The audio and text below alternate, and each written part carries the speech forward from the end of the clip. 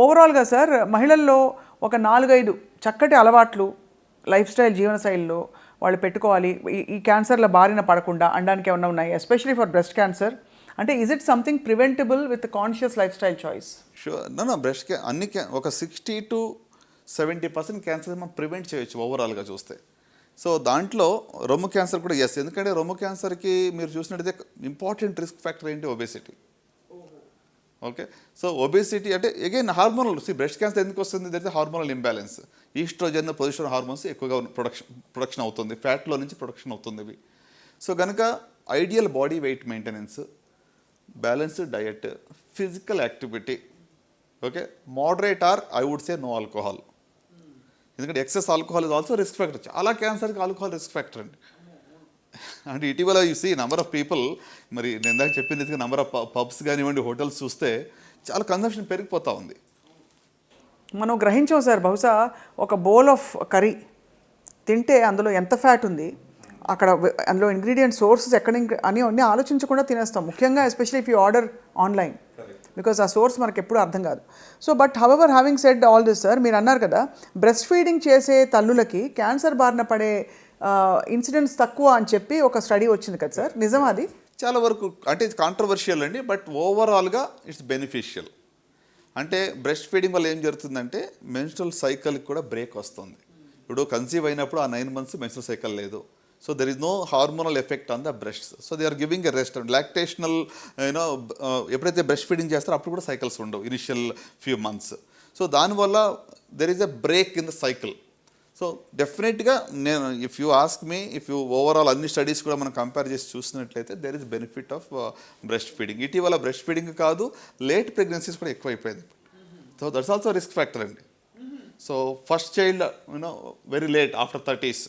ఇప్పుడు ఈ రోజుల్లో చూడండి చైల్డ్ బర్త్ కూడా 30s లోపల చాలా తక్కువగా ఉంది. ఇది వరకు 30s లోపల అసలు పెద్ద ఆపరేషన్ కూడా అయిపోయేది. కరెక్ట్ సార్ అది.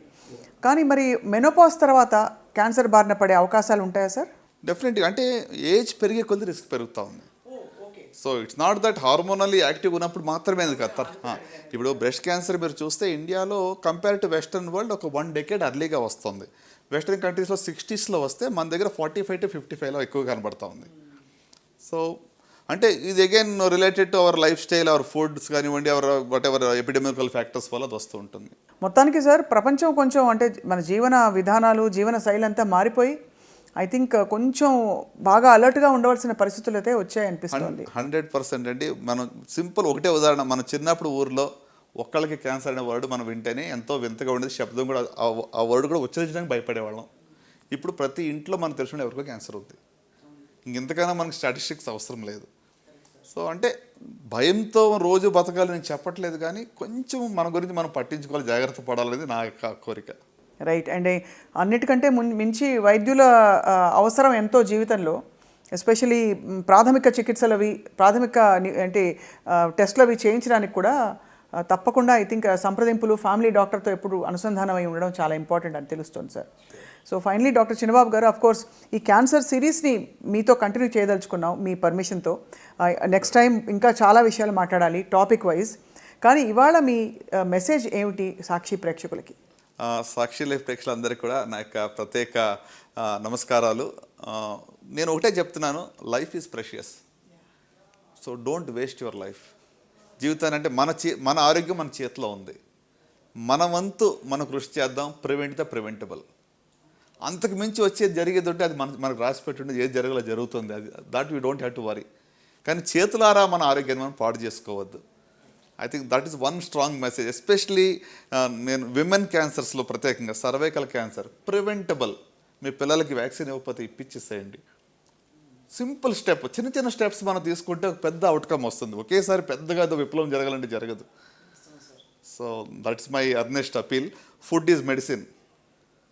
సో జాగ్రత్తగా మనం ఏం తింటున్నామో కొంచెం మనసు పెట్టి దాని గురించి ఆలోచించి దాని ప్రకారం తీసుకుంటే మంచిది. ఈ పాయింట్లో on a very special note sir, మిమ్మల్ని నడిపించిన what is it that drives you in the surgery room? అంటే ఆ కాన్ఫిడెన్స్, ఆ నమ్మకం, ట్రస్ట్, అది ఐ కెన్ క్యూర్ దిస్ అని. సర్జన్గా నాకు వాట్ మోటివేట్స్ అంటే అండి, ఆపరేషన్ చేయించుకునేటప్పుడు పేషెంట్ ఈ సరెండరింగ్ టు మీ. అంటే వాళ్ళ లైఫ్ నా చేతిలో పెట్టేశారు. వాళ్ళు ఎంత నమ్మకం ఉండాలి. వాళ్ళు మత్తు ఇచ్చేస్తున్నాం ఏమవుతుందో తెలియదు, బయటకు వస్తారా లేదు తెలియదు, ఏం కాంప్లికేషన్ అవుతుందో తెలియదు. అంటే అంత మన మీద వాళ్ళు నమ్మకం పెట్టినప్పుడు that itself drives you to do the best for the patient. So true sir. అంటే ఇది it's a matter of trust కదండి. ఎంత నమ్మకం లేకపోతే he will just come and sleep on the OT table and we give anaesthesia and start the surgery. So I think their faith in us drives us. Drives you.